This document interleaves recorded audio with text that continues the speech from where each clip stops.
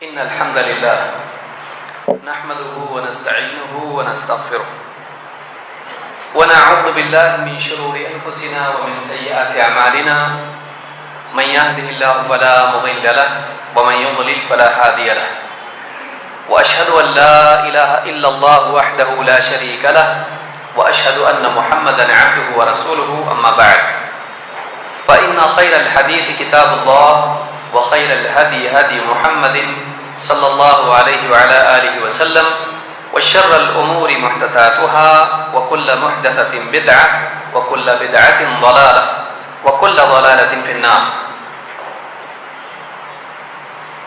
قال شيخ الإسلام محمد ابن عبد الوهاب رحمه الله تعالى: وأعظم ما أمر الله به التوحيد وأعظم ما نهى عنه الشرك وهو دعوة غيره معه.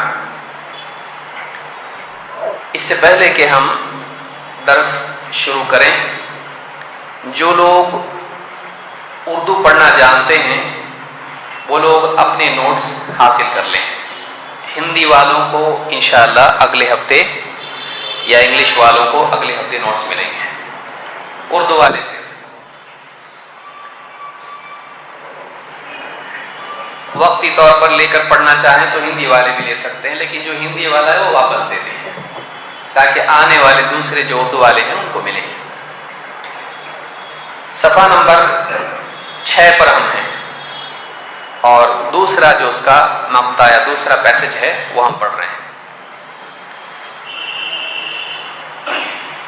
وَأَعْظَمُ مَا أَمَرَ اللَّهُ بِهِ التَّوْحِيدُ وَأَعْظَمُ مَا نَهَى عَنْهُ الشِّرْكُ وَهُوَ دَعْوَةُ غَيْرِهِ مَعَهُ. شیخ فرماتے ہیں اور سب سے بڑی چیز جس کا اللہ تعالیٰ نے حکم دیا ہے وہ توحید ہی ہے. اور توحید کیا ہے؟ وَهُوَ إِفْرَادُ اللَّهِ بِالْعِبَادَةِ وَأَعْظَمُ مَا نَهَى عَنْهُ الشِّرْكُ. اور سب سے بڑی چیز، سب سے عظیم الشان یعنی بھیانک چیز، بدترین چیز جس سے اللہ نے منع کیا ہے وہ شرک ہے. وَهُوَ دَعْوَةُ غَيْرِهِ مَعَهُ. اور وہ اللہ کے ساتھ اوروں کو پکارنے کا نام ہے. وَالدَّلِيلُ قَوْلُهُ تَعَالَى وَاعْبُدُوا اللَّهَ وَلَا تُشْرِكُوا بِهِ شَيْئًا. اور اس کی دلیل اللہ تعالیٰ کا فرمان ہے کہ اللہ کی عبادت کرو اور اس کے ساتھ کسی چیز کو شریک نہ بناؤ. یہ جو حصہ ہے ہم اس کو سمجھ رہے ہیں کہ سب سے بڑا حکم اللہ کا کون سا ہے؟ توحید. اور توحید یہ ہے کہ اللہ کے لیے عبادت خاص کر دی جائے، عبادت کو اللہ کے لیے خاص کیا جائے، کسی اور کے لیے نہیں، کسی اور کی عبادت بھی نہیں، کسی اور کے لیے عبادت نہیں. دو، سب سے بدترین چیز جس سے اللہ نے منع کیا ہے. عظیم یہاں پر جو لفظ ہے، عظیم سے مراد بہت بڑی چیز نہیں، عظیم سے مراد بہت سنگین اور بھیانک. ان الشرک لظلم عظیم. شرک ظلم عظیم ہے. سب سے سنگین، سب سے بھیانک، سب سے بدترین چیز جس سے اللہ نے منع کیا ہے وہ کیا ہے؟ شرک ہے. اور شرک کیا ہے؟ اللہ کے سوا اوروں کو پکارنا. تو دو باتیں سمجھ میں آئیں. بڑا حکم کیا ہے اور اس کی تعریف. سب سے بڑی چیز، بھیانک چیز جس سے بچنا ہے وہ کیا ہے اور اس کی تعریف. پچھلے درس میں ہم نے دیکھا کہ اللہ رب العالمین نے بندوں کے ساتھ سلوک کرنے کا حکم دیا تو اس سے پہلے اللہ تعالیٰ نے فرمایا وَاعْبُدُوا اللَّهَ وَلَا تُشْرِكُوا بِهِ شَيْئًا. اللہ کی عبادت کرو اور اللہ کے ساتھ کسی بھی چیز کو شریک مت کرو. پھر اللہ نے رشتہ داروں کے ساتھ، ماں باپ وغیرہ جتنے بھی ہیں سب کے ساتھ سلوک کا حکم دیا. معلوم ہے کہ بندوں کے حقوق اللہ کے حق کے بعد ہیں اور بندوں کا حق بندوں کی وجہ سے فرض نہیں ہے. ماں باپ کا حق اس لیے کہ ماں باپ ہیں نہیں، ماں باپ کا حق اس لیے ہے کہ اللہ نے اس کو ہم پر لازم کیا ہے. اللہ کے حکم کی وجہ سے ہم مخلوقات کے ساتھ اچھا سلوک کرتے ہیں، اللہ کے حکم کی تعمیل ہے. تو اصل حق اللہ کا ہے پھر اللہ نے جن کا حق ہم پر عائد کیا ہے اللہ کی وجہ سے ہم اس کو پورا کرتے ہیں۔ تو اللہ کا حق کیا ہے؟ اللہ کا حق یہ ہے کہ اللہ کی عبادت کریں، اللہ کے ساتھ شریک نہ کریں۔ تو اللہ کا حق بندوں سے پہلے ہے۔ اس تعلق سے ایک بہت ہی اہم حدیث جو ہم بار بار سنتے ہیں وہ دلیل کے طور پر پیش کی جا سکتی ہے کہ توحید کا مقام دین میں عبادات اور بندوں کے ساتھ احسان سے بڑھ کے ہے۔ تین چیزیں ہیں، ایک توحید، دوسرے عبادت، جتنی بھی عبادات ہیں، اعمال جس کو آپ نیک اعمال کہتے ہیں جو تعبدی ہیں، جو اللہ سے جڑے ہوئے ہیں، اور تیسری چیز بندوں کے ساتھ احسان۔ ان تینوں میں عقیدہ سب سے اہم ہے۔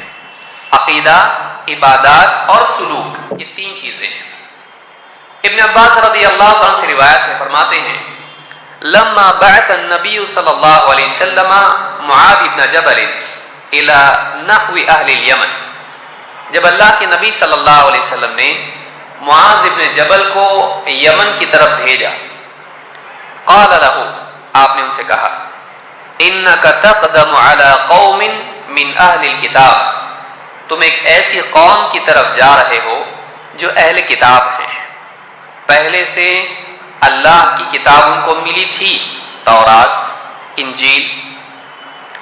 فَلْيَكُنْ أَوَّلَ مَا تَدْعُوهُمْ إِلَىٰ أَن يُوَحِّدُوا اللَّهَ تَعَالَىٰ، سب سے پہلی چیز جس کی طرف تم ان کو دعوت دو گے وہ کیا ہے؟ إِلَىٰ أَن يُوَحِّدُوا اللَّهَ تَعَالَىٰ، کہ وہ اللہ کی توحید کا اہتمام کریں۔ دیکھیے اس میں بھی کیا ہے، سب سے پہلی چیز جس کی طرف تم کس کو بلاؤ گے؟ اہل کتاب کو۔ اہل کتاب کون؟ یہود و نصارہ۔ کیا وہ لا الہ الا اللہ نہیں کہتے تھے؟ کہتے تھے۔ اسی لیے اللہ نے کیا فرمایا قرآن میں، قل یا اہل الکتاب تعالوا الی کلمۃ سواء بیننا وبینکم الا نعبد الا اللہ ولا نشرک بہ شیئا ولا يتخذ بعضنا بعضا اربابا من دون اللہ۔ آؤ اے اہل کتاب، اے نبی آپ اہل کتاب سے کہیے، اے اہل کتاب آؤ ایک ایسے کلمے کی طرف جس کو ہم بھی مانتے ہیں تم بھی مانتے ہو۔ سواء بیننا و بینکم کا مطلب ہے متفق بیننا و بینکم، جس پر ہم متفق ہیں، دونوں کا اتفاق ہے، متفق ہیں اس پر۔ تو اس کلمے کی طرف آؤ، وہ کیا ہے؟ اللہ نعبد الا اللہ، کہ ہم اللہ کے سوا کسی اور کی عبادت نہ کریں، ولا نشرک بہ شیئا، اور نہ اس کے ساتھ ہم کسی کو شریک کریں، کسی چیز کو شریک نہ کریں، ولا يتخذ بعضنا بعضا اربابا من دون اللہ، اور نہ یہ ہو کہ ہم میں کے بعض کو، ہم میں سے کوئی کسی کو اللہ کے مقابلے میں اپنا رب بنائے۔ تو وہ توحید کا اقرار کرنے والے لوگ تھے، اگرچہ توحید میں بگاڑ ان کے آیا تھا، لیکن توحید کے کلمے کے وہ، دیکھیے فرق یاد رکھیں، کلمہ توحید کے وہ قائل تھے لیکن کلمہ توحید کا اہتمام ان کی زندگی میں بگڑ گیا تھا۔ تو اس سے معلوم ہی ہوتا ہے کہ اگر کوئی قوم کلمہ توحید کی اقراری بھی ہو لیکن اس کے اقرار کے بعد اس کے کلمہ توحید میں بگاڑ ہو تو یہ نہیں کہا جائے گا کہ تو کلمہ پڑھتے ہیں ان کو کیا سکھا رہے توحید، نہیں، ان کو بھی توحید سکھائی جائے گی۔ سمجھ میں آ رہی بات؟ تو آپ نے کیا کہا؟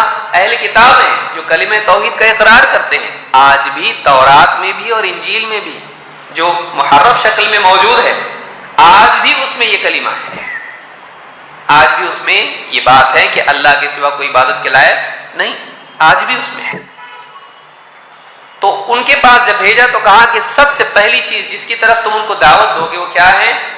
الی ان یوحدوا اللہ تعالی، کہ وہ اللہ کی توحید کا اقرار کریں، اللہ کی توحید کا اہتمام کریں۔ فاذا عرفوا ذلک، جب اس کو اچھی طرح سمجھ لیں، عرفوا ذلک اچھی طرح سے سمجھ لیں، معلوم ہوا کہ جو لوگ اہل کتاب ہیں، کلمے کے قائل ہیں، اس کی معرفت بھی ضروری ہے۔ سمجھ میں آ رہی بات؟ اس کی معرفت بھی ضروری ہے۔ صرف کلمے کا اقرار کافی نہیں، اس کو سمجھنا بھی ضروری، اسی لیے کیا کہا فَإِذَا عَرَفُوا ذَلِكَ، جب اس کو پہچان لیں، پہچاننے کا مطلب سمجھ لیں اچھی طرح سے، فَأَخْبِرْهُمْ أَنَّ اللَّهَ قَدْ فَرَضَ عَلَيْهِمْ 5 صلوات فی یومہم ولیلتہم، جب وہ کلمہ توحید کا اہتمام کریں، قبول کر لیں، تو انہیں بتاؤ کہ اللہ تعالیٰ نے ان پر 5 نمازیں فرض کی ہیں دن اور رات میں، دن میں اور رات میں کل ملا کے کتنی نمازیں ہیں 5۔ فَإِذَا صَلَّوْا، جب وہ 5 نمازوں کا بھی اہتمام کرنے لگیں، فَأَخْبِرْهُمْ أَنَّ اللَّهَ افْتَرَضَ عَلَيْهِمْ زَكَاةً فِي أَمْوَالِهِمْ، تو انہیں بتاؤ کہ اللہ تعالیٰ نے ان کے مالوں میں زکوٰۃ فرض کی ہے، تُؤْخَذُ مِنْ غَنِيِّهِمْ فَتُرَدُّ عَلَى فَقِيرِهِمْ، ان کے غنی سے لی جائے گی، انہی کے فقیر کو دی جائے گی۔ کس نے فرض کیا ہے مال میں زکوٰۃ؟ اللہ نے، گورنمنٹ نے نہیں، فرض کس نے کیا ہے؟ اللہ نے، وہ اللہ کا حق ہے، اللہ نے بتایا کہ اس کو اللہ نے فرض کیا ہے، اور وہ کس سے لی جائے گی؟ سب سے نہیں، ان کے کس سے لی جائے گی؟ غنی سے، جس کی ایک خاص مقدار ہے، جس کی تفصیل کی بھی ضرورت نہیں ہے، ان کے غنی سے لی جائے گی اور ان کے فقیر کو دی جائے گی۔ اس سے معلوم ہی ہوتا ہے کہ بہتر یہ ہے کہ اپنے علاقے میں جو فقراء ہیں اسی علاقے کے اغنیاء انہی فقراء پر خرچ کریں۔ کئی وجوہات اس کی ہیں، ایک تو یہ کہ وہ زیادہ جانتے ہیں کون فقراء ہیں جو اس علاقے میں ہیں، لہذا وہ صحیح طور پر زکوٰۃ دے پائیں گے۔ 2، فقراء جب ان کو انہی کے اغنیاء دیں گے تو ان کے دلوں میں ان کے لیے حسد پیدا نہیں ہوگا، نفرت اور بغاوت کی کیفیات پیدا نہیں ہوں گی۔ آپ رشیا کو دیکھیے، کیا ہوا وہاں پہ، کیوں بغاوت اور کیوں قتل و غارت گری ہوئی؟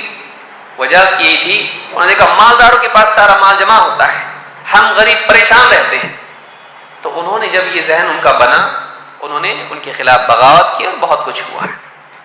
لیکن اسلام اس مینٹالٹی کو توڑتا ہے کہ ہمارے علاقے کے غنی ہیں جو ہمارا خیال رکھتے ہیں، ہماری مجبوریوں میں ہمارا تعاون کرتے ہیں، تو مسلمانوں میں محبت پیدا ہوگی۔ تو یہ، لیکن اس کا یہ مطلب نہیں کہ دوسرے علاقوں میں نہیں دے سکتے ہیں، یہ نہیں کہ یہ لازم ہوگا کہ دوسرے علاقے میں دے ہی نہیں سکتے، ایسا نہیں ہے۔ بیت المال میں جب چلا جاتا ہے حکومت کے تو اس کے بعد وہ فقراء پر تقسیم ہوتا ہے، لیکن اودا یہ ہے کہ اپنے علاقے کے لوگوں کی ضرورت مقدم کی جائے۔ لیکن جیسے سیلاب ہے یا اس طرح کے مسائل آتے ہیں تو دوسرے علاقوں میں مسلمان تعاون کر سکتے ہیں۔ تو کہا کہ تؤخذ من غنیہم فترد علی فقیرہم فاذا اقروا بذلک فخذ منہم، جب وہ اس کو مان لیں تو ان سے ان کی زکوٰۃ وصول کرو، وتوقع کرائم اموال الناس، اور لوگوں کے اعلیٰ مال لینے سے بچو۔ مال کی 3 قسمیں ہوتی ہیں، جیسے مثلا کسی کے اونٹ ہیں، ایک دم اعلیٰ قسم کے اونٹ، ایک دم گھٹیا قسم کے بیمار مریل اونٹ، اور درمیان میں ٹھیک ٹھاک اونٹ۔ تو یہ کرو، یہ مت کرو کہ ان کا ایک دم اعلیٰ مال وصول کر لو، نہیں، درمیانی قسم کا مال لو، نہ گھٹیا نہ ایک دم اعلیٰ۔ تو ان 3 باتوں میں آپ دیکھیں گے، پہلی چیز جس کی دعوت دو گے وہ کیا ہے؟ اللہ کی توحید کا اہتمام کریں۔ اس کے بعد نماز جو بدنی عمل ہے، اس کے بعد زکوٰۃ جو مالی عمل ہے، صحیح عقیدہ، عبادات، اور مالی عبادت سے مراد بندوں میں تقسیم ہوگی، امیر کا مال غریبوں میں جائے گا، ایک اعتبار سے وہ لوگوں کے ساتھ احسان ہے۔ تو آپ دیکھیں گے تینوں میں اللہ کے نبی صلی اللہ علیہ وسلم نے نمبر 1 پر کس کو رکھا؟ وہ ماننے کے بعد نماز آئے گی، وہ ماننے کے بعد، اس لیے کہا جب وہ اس کو سمجھ لیں تب ان کو بتاؤ کہ نماز ان کے لیے ہے، جب وہ اس کو قبول کر لیں، اس کا اہتمام کریں، تب بتاؤ زکوٰۃ ان کے لیے۔ اس لیے کہ مال تھوڑا مشکل پڑتا ہے، عبادات تھوڑی آسان ہے، محنت کا کمایا مال دینا، اس کو کہتے ہیں تدریج۔ حالانکہ نماز آ چکی ہے، زکوٰۃ آ چکی، تبھی تو بتا رہے ہیں نا، ایڈوانس میں بتا رہے ہیں، فرض ہو چکا ہے، لیکن ایک قوم ہے اس کے پاس جا کر دعوت دے رہے ہیں، سارا اسلام ایک دن میں پیش کریں گے، گھبرا جائے گا وہ۔ معرفت کے لیے تدریج ضروری نہیں ہے، لیکن اعمال کی عملی تطبیق کے لیے تدریج ضروری ہے۔ اگر کوئی آپ سے پوچھے گھر کیسے بنانا، تو آپ بتائیں گے پہلے یہ بنانا پھر یہ بنانا، پھر بتا دیا آپ۔ بتانا ایک وقت میں ممکن ہوتا ہے، بنانا ایک وقت میں ممکن نہیں ہوتا ہے۔ گھر بنانے کے لیے سٹیپس ہیں۔ تو اس اعتبار سے انسان کی بھی فطرت میں، اسی لیے آپ دیکھیں گے قرآن ایک لمبے زمانے میں نازل ہوا ہے۔ تو یہ تدریج ہے کہ نئی قوم کے سامنے، غیر مسلموں کے سامنے اسلام جب آپ پیش کریں گے تو ان کے لیے آسان کو اور ضروری کو جمع کر کے پہلے پیش کریں گے۔ ان کے لیے سب سے ضروری پہلے ہے، پھر اس کے بعد تدریج کے ساتھ آپ اس کے سامنے اسلام کو پیش کریں گے۔ یہ اسلام کی دعوت کے اصولوں میں سے ایک اہم اصول ہے۔ اس حدیث کو امام البخاری اور مسلم نے روایت کیا ہے۔ اس میں اصل استدلال ہمارا اس سے ہے کہ سب سے پہلے وہ پیش کیا جائے گا جو سب سے زیادہ ضروری ہے، جس کے بغیر بقیہ اعمال مقبول نہیں، اور وہ کیا ہے؟ توحید، الی ان یوحد اللہ، کہ وہ توحید کا اہتمام کریں۔ یہ بخاری مسلم کی حدیث ہے۔ اللہ کے نبی صلی اللہ علیہ وسلم کی ایک دوسری حدیث سے بھی اس بات کی مزید تائید ہوتی ہے۔ امام ابن حبان اور امام احمد نے اس حدیث کو نقل کیا اور شیخ الالبانی نے صحیح الجامع الصغیر میں اس کو ذکر کیا ہے۔ کیا حدیث ہے؟ آپ نے فرمایا افضل الاعمال الایمان باللہ وحدہ، افضل الاعمال الایمان باللہ وحدہ، سارے اعمال میں سب سے افضل ترین عمل اگر کوئی ہے تو توحید کے اہتمام کے ساتھ اللہ پر ایمان رکھنا۔ الایمان باللہ وحدہ کا مطلب کیا ہے؟ ایک اللہ پر یعنی توحید کے ساتھ اللہ پر ایمان لانا، ورنہ توحید کے ساتھ اگر ایمان نہ ہو تو آدمی مسلمان ہوتا ہی نہیں، ہو تو مشرک رہتا ہے۔ اس لیے کہ اللہ نے کیا فرمایا؟ وَمَا يُؤْمِنُ أَكْثَرُهُمْ بِاللَّهِ إِلَّا وَهُمْ مُشْرِكُونَ، ان کی اکثریت اللہ پر ایمان لانے کے باوجود کیا ہے؟ مشرک ہے۔ تو اللہ پر ایمان ہے لیکن مشرک۔ تو اللہ پر ایمان کیسا ہونا چاہیے؟ توحید کے ساتھ۔ تو توحید کے ساتھ اللہ پر ایمان لانا کیا ہے؟ افضل الاعمال ہے۔ اس سے معلوم ہی ہوتا ہے کہ ایمان بھی عمل ہے، ایمان بھی کیا ہے؟ عمل ہے۔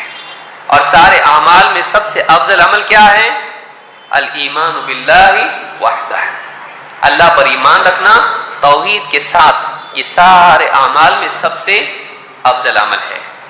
تو اس حدیث کو امام ابن حبان اور احمد نے روایت کیا۔ اس سے بھی معلوم ہوتا ہے کہ بندے سے جن اعمال کا مطالبہ ہے ان میں سب سے پہلا عمل یہ ہے کہ بندہ کس چیز کا اہتمام کرے؟ توحید کا اہتمام کرے۔ چلیے آگے بڑھتے ہیں۔ یہ ہوا کرنے کے کاموں میں سب سے بڑا کام کیا ہے۔ اب دوسری چیز ہے منع چیزوں میں سب سے بڑی چیز منع کیا ہے، جس سے بچنا چاہیے، سب سے خطرناک چیز جس سے بچنا چاہیے وہ کیا ہے؟ فرماتے ہیں شیخ محترم فرماتے ہیں وَأَعْظَمُ مَا نَهَى عَنْهُ الشِّرْكُ وَهُوَ دَعْوَةُ غَيْرِهِ مَعَهُ، کہتے ہیں اور سب سے بدترین چیز جس سے اللہ نے منع کیا ہے وہ شرک ہے، اور شرک یہ ہے کہ اللہ کے غیر کو پکارے، اللہ کے غیر سے دعا کرے، یہ شرک ہے۔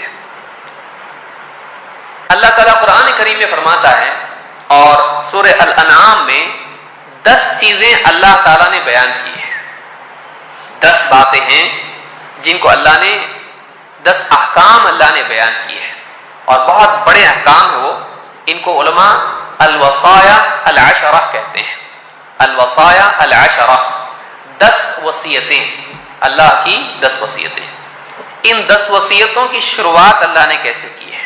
اللہ نے فرمایا قل، اے نبی آپ کہیے، تعالوا، آؤ، اتل ما حرم ربکم علیکم، آؤ میں تمہیں تلاوت کر کے بتاتا ہوں کہ تمہارے رب نے تمہارے لیے کن چیزوں کو حرام کیا ہے، تمہارے رب نے تم پر کن چیزوں کو حرام کیا ہے۔ سب سے پہلی چیز کیا بیان کی؟ اللہ تشرکوا بہ شیئا، یہ کہ تم اللہ کے ساتھ کسی چیز کو شریک نہ بناؤ۔ تو آؤ میں تمہیں بتاتا ہوں کہ تمہارے رب نے تم پہ کیا حرام کیا ہے۔ اللہ کے ساتھ کسی چیز کو شریک مت کرو۔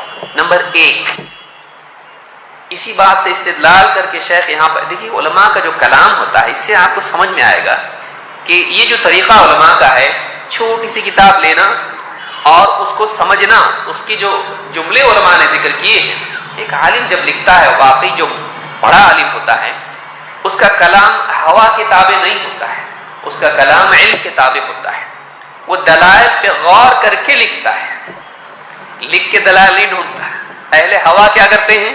2 لوگ ہیں، اس کو یاد رکھیے، جو زندگی بھر کے لیے ایک اصل الاصول میں سے آپ کی سمجھ میں آئے گا، قاعدہ ہے۔ اور بعض علماء نے امام البخاری وغیرہ نے بھی اس کو ذکر کیا ہے، جہاں تک مجھ کو یاد ہے جزء رفع الیدین وغیرہ میں یا جزء القران میں، کہ اہل سنت یہ کرتے ہیں کہ دلائل سے استدلال کرتے ہیں۔ ایک آدمی دیکھتا ہے یہ دلیلیں ہیں، اس سے پھر استدلال کر کے کوئی بات بولتا ہے۔ اہل بدعت کیا کہتے ہیں؟ کیا کرتے ہیں؟ بات بول دیتے ہیں، اس کے لیے دلیلیں ڈھونڈتے ہیں۔ اہل حق کیا کرتے ہیں؟ ما لہ و ما علیہ دونوں بیان کرتے ہیں۔ اہل بدعت کیا کرتے ہیں؟ جو صرف اپنے فیور کی دلیلیں ان کو بیان کرتے ہیں۔ یہ طریقہ اہل علم کا یاد رکھیے۔ تو اہل حق اور اہل علم کا طریقہ یہ ہوتا ہے کہ وہی کہتے ہیں جو دلیل سے سامنے آتا ہے۔ اس لیے جو کتابیں ہوتی علماء کی، یہی طریقہ علماء نے ذکر کیا ہے، مختصرات کو لے کے آدمی اس کی تفصیل بیان کرے، اور یہ ہمارے یہاں بہت کم ہوتا ہے۔ ایک کتاب باری چھوٹی اتنی پتلی کتاب، اس کو پڑھنا لمبا، یہی طریقہ سلف کا ہے، یہی طریقہ علماء کا ہے کہ ایک چھوٹی سی کتاب لی جائے اور اس میں جو جملے ہیں اس کو سمجھا جائے، اس سے علم میں پختگی پیدا ہوتی ہے۔ پھر جب آپ وہ کتاب پڑھیں گے صرف، آپ کو ساری باتیں یاد آئیں گی، ساری دلیلیں اس کی یاد آئیں گی۔ بہرحال تو کہا کہ سب سے بڑی چیز اللہ نے جس سے منع کیا وہ کیا ہے؟ شرک ہے۔ اور یہاں اللہ نے فرمایا اے نبی آپ کہیے میں تمہیں بتاتا ہوں کہ اللہ نے تم پر کیا حرام کیا ہے، اور ان حرام چیزوں کی فہرست میں سب سے پہلے جس کا تذکرہ کیا وہ کیا ہے؟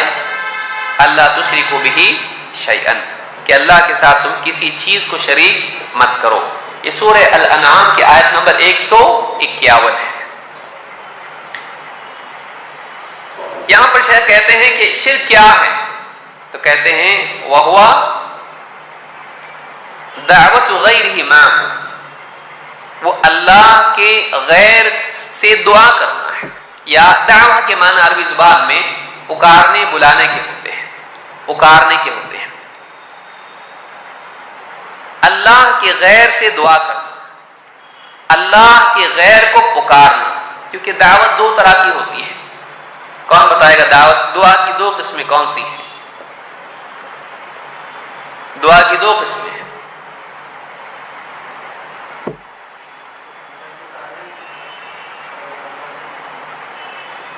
دعا کی 2 قسمیں، وہ دعا کا ادب ہے کہ اللہ کی تعریف کی جائے، پھر نبی صلی اللہ علیہ وسلم پر درود پڑھا جائے، وہ دعا کا ادب ہے۔ کیسے دعا مانگنا، دعا کس قسم کی ہوتی ہے؟ 2 قسمیں یاد رکھیں، ایک ہے دعا العبادہ اور دوسری ہے دعا المسئلہ۔ اس کو یاد رکھیے، دعا کی 2 قسمیں، ایک دعا العبادہ، 2 دعا المسئلہ۔ دعا کے معنی ہے پکارنا، اللہ کو پکارنا، لبیک اللہم لبیک لبیک لا شریک لک لبیک۔ یہ کیا ہے؟ اللہ کو پکار رہا ہے، اللہ کو پکار رہا ہے، مانگ رہا کچھ، اس میں عیدین کی تکبیرات ہیں، اللہ اکبر اللہ اکبر اللہ اکبر، جو تکبیرات پڑھ رہا ہے، تو وہ جو تکبیرات ہیں وہ کیا ہیں؟ دعا ہیں، اللہ کو پکار رہا ہے، مانگنے کے طور پر نہیں، اللہ کی حمد و ثنا کے طور پر ہے۔ اس کو کہتے ہیں یہ دعا العبادہ ہے۔ یہ کیا ہے؟ دعا العبادہ ہے۔ اور دوسری جو دعا ہے وہ دعا المسئلہ ہے۔ مسئلہ کے معنی مانگنا، سألہ وَأَمَّا السَّائِلَ فَلَا تَنْهَرْ، سائل مانگنے والا، مسئلہ مانگنا، سوال۔ دعا المسئلہ یہ ہے کہ ایک انسان اللہ کو پکارے کچھ مانگنے کے لیے، اے اللہ رزق میں برکت دے، اے اللہ شفا دے، اے اللہ کامیابی دے، مانگ رہا ہے۔ پکار کس کو رہا ہے؟ اللہ کو، لیکن مانگنے کے طور پر ہے۔ لیکن کبھی آدمی پکارتا ہے اللہ تو بڑا پاک ہے، سبحان اللہ و بحمدہ سبحان اللہ العظیم، اللہ کو پکار رہا ہے، وہ بھی دعا ہے، لیکن یہ کیا ہے؟ دعا العبادہ، اللہ کی تعظیم کے طور پر ہے، اللہ کی حمد و ثنا کے طور پر، اللہ کی تسبیح و تحمید کے طور پر ہے۔ تو اللہ کو پکارنا دو طرح سے ہوتا ہے، ایک اللہ کی تعریف کے طور پر یا یعنی عبادت کے طور پر، اور دوسرا مسئلہ کے طور پر، مانگنے کے طور پر۔ اللہ تعالیٰ قرآن کریم میں فرماتا ہے وَمَن يَدْعُ مَعَ اللَّهِ إِلَٰهًا آخَرَ لَا بُرْهَانَ لَهُ بِهِ فَإِنَّمَا حِسَابُهُ عِندَ رَبِّهِ إِنَّهُ لَا يُفْلِحُ الْكَافِرُونَ۔ سورہ المؤمنون آیت نمبر 117۔ یہ حوالے آپ لوگ لکھ سکتے ہیں تاکہ بعد میں آپ لوگ اس کو چیک کریں۔ سورۃ المؤمنون آیت نمبر 117۔ اللہ تعالیٰ فرماتا ہے وَمَن يَدْعُ مَعَ اللَّهِ إِلَٰهًا آخَرَ، جو پکارے اللہ کے ساتھ کسی اور معبود کو، جو اللہ کے ساتھ کسی اور کو پکارے بطور معبود، تو اب دیکھیے کیا ہوا، بطور معبود پکارنا ہوا ہے۔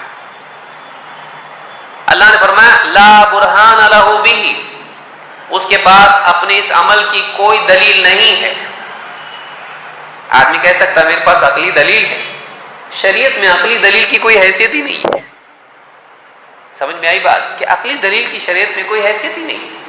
فَإِنَّهُ، کیا کہا کہ لا برہان لہ بہ، اس کے پاس اس کے عمل کی کوئی دلیل نہیں ہے، یعنی آسمانی دلیل نہیں ہے، ربانی دلیل نہیں ہے، شرعی دلیل نہیں ہے، منصوص علیہ دلیل نہیں ہے، ایسی کوئی دلیل اس کے پاس نہیں۔ معلوم ہوا کہ آدمی کے لیے، عبادات کے لیے، عقائد کے لیے دلیل ہونی چاہیے۔ بلا دلیل عمل کرنا یہ مسلمانوں کا طریقہ نہیں ہے۔ کوئی بھی عمل آدمی کرے اس کی کچھ نہ کچھ شریعت میں بنیاد ہونا چاہیے، اپنے دل سے نہیں کر سکتا ہے۔ اب چاہے وہ عبادت سمجھ کے کرے، چاہے وہ اچھا سمجھ کے کرے۔ وَمَن يَدْعُ مَعَ اللَّهِ إِلَٰهًا آخَرَ لَا بُرْهَانَ لَهُ بِهِ، اس کے پاس کوئی دلیل نہیں ہے۔ فَإِنَّمَا حِسَابُهُ عِندَ رَبِّهِ، اس کا حساب اس کے رب کے پاس ہے، یعنی اس کا رب اس کا حساب لے گا۔ تو کیا سمجھتا ہے کچھ بھی کر سکتا ہے، اپنی جی میں آئے جو چاہے کرے گا؟ تیرا رب ہے اللہ، مشرکین بھی اللہ کو اپنا رب مانتے تھے، تیرا رب تیرا حساب لے گا۔ فَإِنَّمَا حِسَابُهُ عِندَ رَبِّهِ، اس شخص کا حساب تو اللہ ہی لے گا۔ یہاں اس میں بھی اشارہ ہے کہ اے نبی آپ کے ذمہ اس کا حساب نہیں، حساب کس کے ذمہ ہے؟ اللہ کے ذمہ ہے۔ قیامت کے دن اللہ تعالیٰ اس سے اس کی زندگی کا حساب لے گا، کیوں تو نے ایسا کیا ہے۔ إِنَّهُ لَا يُفْلِحُ الْكَافِرُونَ، کافر کامیاب نہیں ہوں گے، کافر کامیاب نہیں ہوں گے۔ آپ دیکھیے آیت میں جس کو آپ یعنی کس طرح سے آیت ایک جگہ سے دوسری جگہ انتقال اس میں دیکھیے۔ شروع میں بتایا جا رہا اللہ کے سوا کسی اور کو پکارنا، آخر میں اس پر حکم کیا لگایا جا رہا ہے؟ إِنَّهُ لَا يُفْلِحُ الْكَافِرُونَ، اللہ کا کافر کبھی کامیاب نہیں ہوتے ہیں۔ اس سے معلوم ہوتا ہے کہ ہر مشرک کافر ہوتا ہے، ہر مشرک کافر ہوتا ہے۔ کیوں؟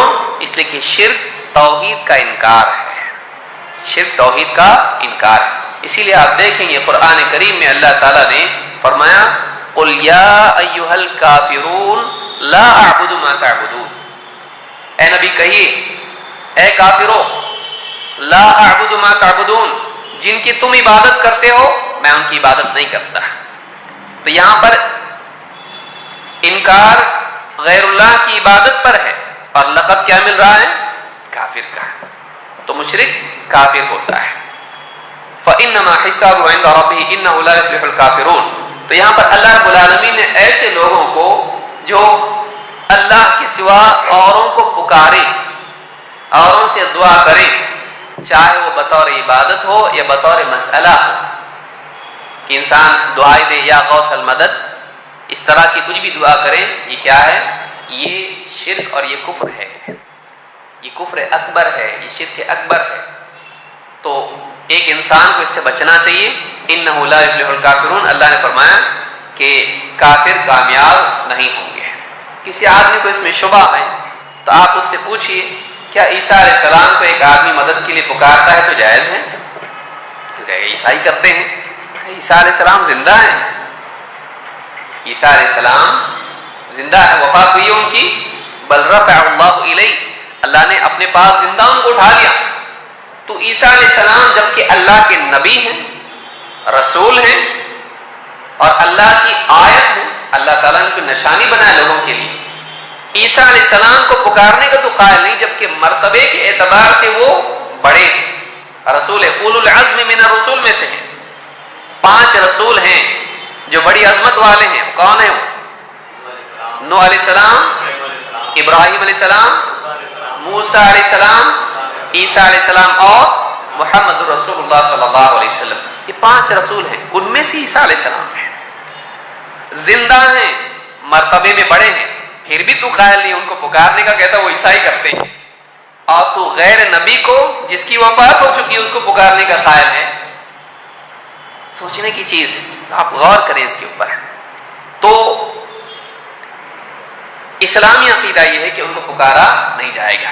آئیے دیکھتے ہیں کہ سب سے بدترین چیز جس سے اللہ نے منع کیا ہے وہ شرک ہے، اس کی اور دلیل کیا ہے؟ حدیث سے بھی اس کو ہم دیکھ لیتے ہیں۔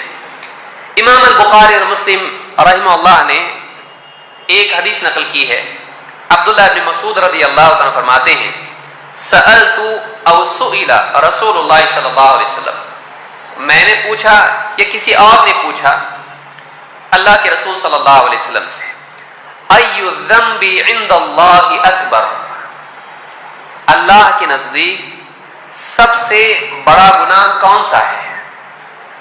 اللہ کے نزدیک سب سے بڑا گناہ کون سا ہے؟ لوگوں کے نزدیک ہو اس کی کوئی قیمت ہے؟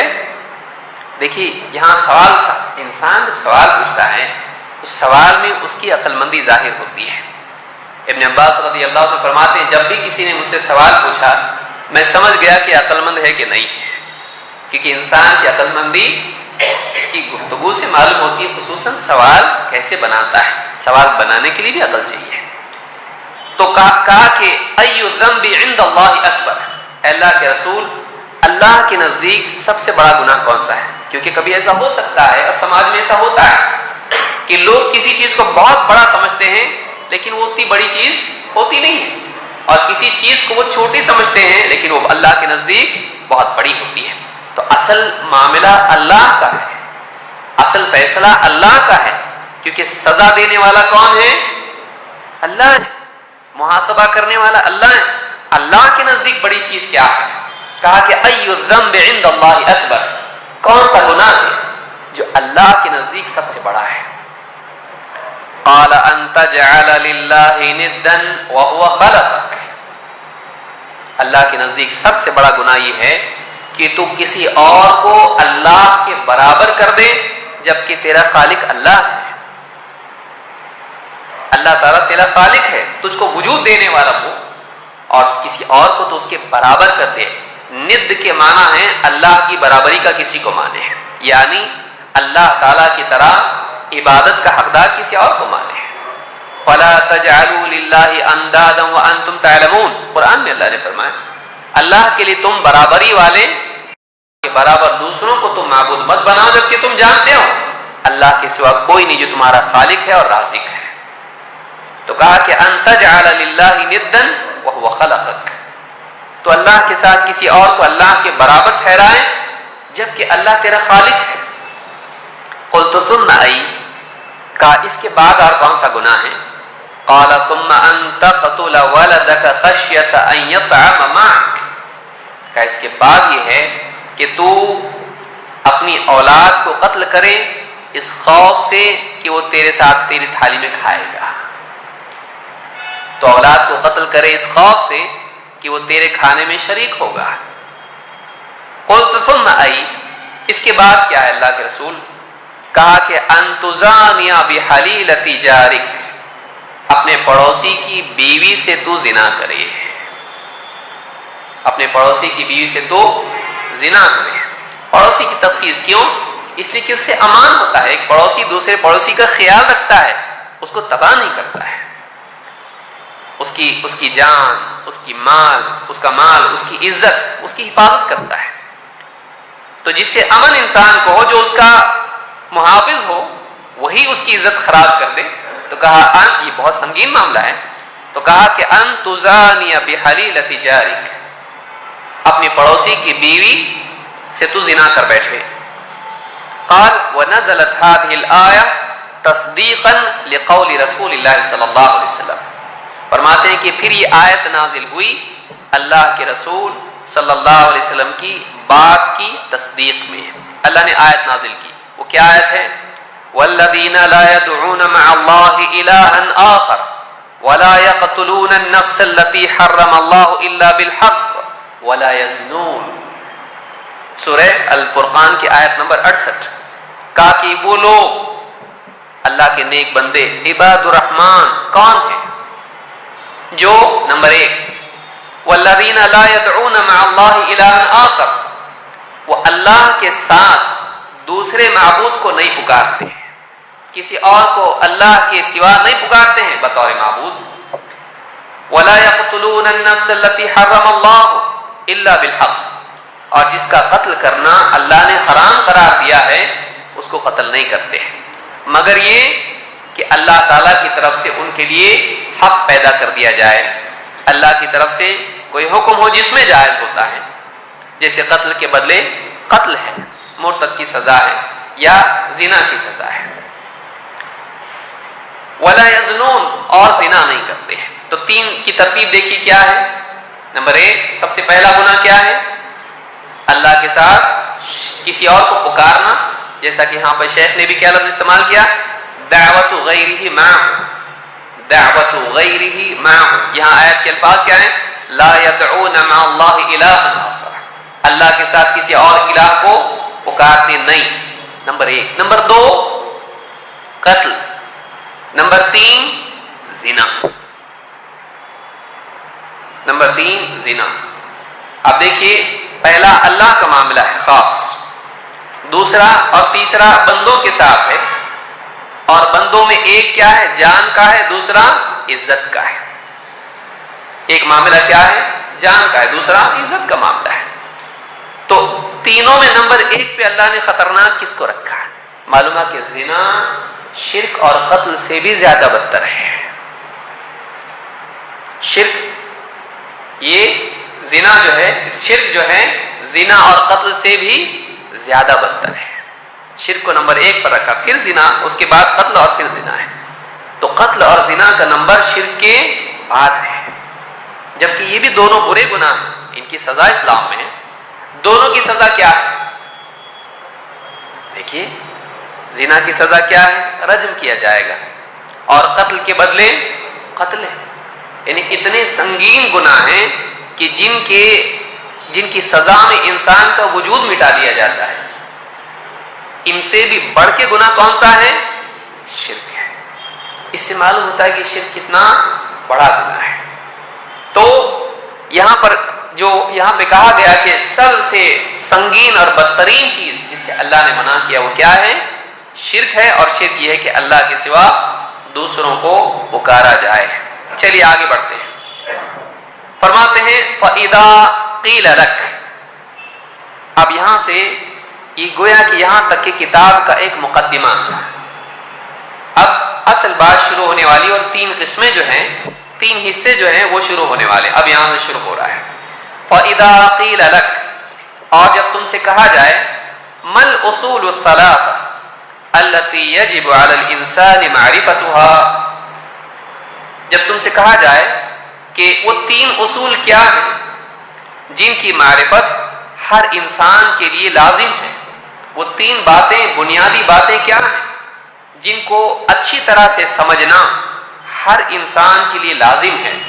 فَقُلْ، معرفت العبد ربہ و دینہ و نبیہ محمدا صلی اللہ علیہ وسلم. تو تم جواب میں کہو کہ اس بات کی معرفت، جواب میں کیا کہو کہ بندے کا اپنے رب کو، اس کے دین کو اور اس کے نبی محمد صلی اللہ علیہ وسلم کو پہچاننا. ہر انسان پر تین چیزوں کا جاننا اور اچھی طرح سے اس کو پہچاننا لازم ہے. وہ کیا ہے؟ رب کو پہچاننا، دین کو پہچاننا اور اللہ کے نبی کو پہچاننا. اپنے رب کو پہچاننا، رب کے دین کو پہچاننا، رب کے رسول کو پہچاننا. لوگوں کا بنایا ہوا دین نہیں، لوگوں کو جھوٹا نبوت کا دعویٰ کرنے والا وہ نہیں، اللہ کا دین اور اللہ کا نبی، اس کو پہچاننا. تو تم یہ جواب دو کہ تین چیزیں جس کا جاننا ہر ایک پہ لازم ہے، وہ یہ تین چیزیں ہیں: معرفت العبد ربہ و دینہ و نبیہ محمدا صلی اللہ علیہ وسلم. نبی سے مراد یہاں اصل نبی کون ہے؟ محمد صلی اللہ علیہ وسلم. کیوں؟ قبر میں مسلمان ہو یا غیر مسلم ہو، ان سب سے پوچھ ہونے والی ہے. تین سوالات ہیں جو پوچھے جائیں گے. اس کی دلیل کیا ہے؟ ہم پہلے دیکھ چکے ہیں لیکن اعادہ اس کا کر رہا ہوں کیونکہ بہت زمانہ ہو گیا اس کو. برا ابن عازب رضی اللہ عنہ کہتے ہیں، اللہ تعالیٰ قرآن کریم میں فرماتا ہے: یثبت اللہ الذین آمنوا بالقول الثابت فی الحیات الدنیا. اللہ تعالیٰ جماتا ہے ایک مضبوط پختہ بات کے ذریعے ایمان والوں کو دنیا کی زندگی میں. اللہ تعالیٰ جماتا ہے. وہ فی الآخرہ آیت میں ہے اور آخرت میں بھی جماتا ہے. توحید کے کلمے کے ذریعے سے اللہ تعالیٰ اہل ایمان کو دنیا اور آخرت میں ثابت قدمی عطا فرماتا ہے. معلوم ہے کہ توحید کی پختگی دنیا میں ثابت قدمی کا ذریعہ ہے، قبر میں بھی، حشر میں بھی. دنیا میں بھی، دنیا کا حصہ بعض علماء نے کہا جو موت کے بعد برزخ کی زندگی ہے اس کو دنیا کے ساتھ بھی جوڑا جا سکتا ہے. اور آخرت جب قیامت کا دن آئے گا اس میں بھی اللہ تعالیٰ جمائے گا. اس لیے بعض علماء نے کہا کہ جو دنیا میں صراط مستقیم پر رہا وہ آخرت میں پل صراط پر جم پائے گا. صراط وہ بھی ہے اور ایک صراط یہ ہے، کون سی؟ اہدنا الصراط المستقیم وان ھذا صراطی مستقیما. پہلی چیز اللہ تعبدو، یعنی اللہ کے سوا کسی اور کی عبادت مت کرو، اللہ تشرکوا بہ شیئا. تو توحید اصل یہ ہے کہ یہ صراط مستقیم اصل یہ ہے کہ آدمی توحید پر جمع رہے. تو کہتے ہیں کہ اللہ تعالیٰ جماتا ہے اہل ایمان کو ایک مضبوط بات کے ذریعے سے دنیا کی زندگی میں. اس سورہ ابراہیم کی آیت نمبر 27 ہے. کہتے ہیں التثبیت فی الحیات الدنیا. دنیا کی زندگی میں تثبیت کیا ہے، جمانا کیا ہے؟ کہتے ہیں اذا جاء الملکان الی الرجل فی القبر. جب دو فرشتے قبر میں بندے کے پاس آتے ہیں، فقال له، دونوں سے کہتے ہیں من ربک، تیرا رب کون؟ فقال ربی اللہ. وہ جواب میں کہتا ہے میرا رب اللہ ہے. قال وما دینک، دونوں پوچھتے ہیں تیرا دین کیا ہے؟ علماء نے کہا سختی سے پوچھتے ہیں تیرا دین کیا ہے؟ قال دینی الاسلام، میرا دین اسلام ہے. قال ومن نبیک، پوچھتے ہیں دونوں تیرا نبی کون؟ قال نبی محمد صلی اللہ علیہ وسلم. وہ جواب میں کہتا ہے میرے نبی محمد صلی اللہ علیہ وسلم ہے. کہتے ہیں فذلک التثبیت فی الحیات الدنیا. دنیا میں جمانا یہ ہے، اللہ تعالیٰ جماتا ہے. قبر میں بندے کو اللہ رب العالمین جماتا ہے. اس کی دنیا میں استقامت کے نتیجے میں موت کے بعد اس کو اللہ تعالیٰ جماتا ہے. ابن ابی شیبہ نے اس روایت کو اپنی مصنف میں روایت کیا ہے اور مختلف کتابوں میں الفاظ کے فرق کے ساتھ صحیح مسلم یا اسی طرح سے ابو داؤد وغیرہ میں حدیث بالتفصیل آئی ہے. تو یہ الفاظ ابن ابی شیبہ کے ہیں جو مصنف میں انہوں نے روایت کیے ہیں. معلوم ہے کہ 3 سوال ہیں جو قبر میں ہر ایک سے پوچھے جاتے ہیں. اس کے جواب میں مومن تو جواب دے دیتا ہے، لیکن منافق جواب میں کیا کہتا ہے؟ ہاں لا ادری، ایسا پریشان ہوتا ہے جیسا آدمی، آپ دیکھیے آدمی جب ایک دم پریشان ہوتا تو کیسا کرتا ہے؟ تو آپ نے اللہ کے رسول صلی اللہ علیہ وسلم نے کہا اس طرح سے لا ادری، وہ کہتا ہے مجھ کو نہیں معلوم، مجھ کو نہیں معلوم، اس کی گھبراہٹ ایسی ہوتی ہے نہیں معلوم ہوتا ہے، تو صحیح ڈھنگ سے اس کو معلوم نہیں، اور اس کا اقرار لوگوں کی وجہ سے تھا، معرفت کی وجہ سے نہیں۔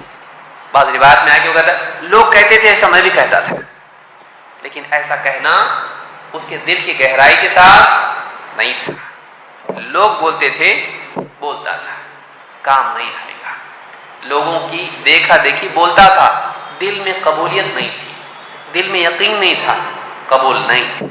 اللہ جب تیرے نزدیک قبول نہیں تو اللہ تجھ کو کیوں قبول کرے؟ جو کلمہ اس کے نزدیک مقبول نہیں ہے، وہ کلمہ اس کا اقرار اللہ کے نزدیک کیسے مقبول ہوگا؟ تو ایسا آدمی آخرت میں ناکام ہے۔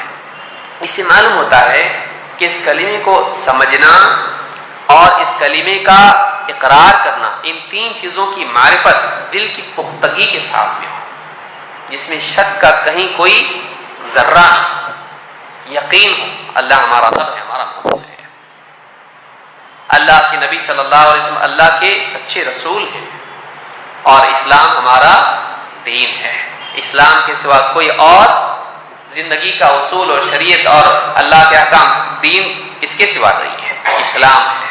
ان الدین عند اللہ الاسلام، یہ یقین ہونا چاہیے۔ یقین کے لیے معرفت ضروری ہے۔ پہچانتا نہیں اور یقین کرتا، معلوم نہیں اور یقین ہے، ایسا ہوتا ہے؟ جب علم آئے گا اور علم کی پختگی آتی ہے تب جا کے یقین ہوتا ہے۔ علم کی پختگی کا نتیجہ کیا ہے؟ یقین ہے۔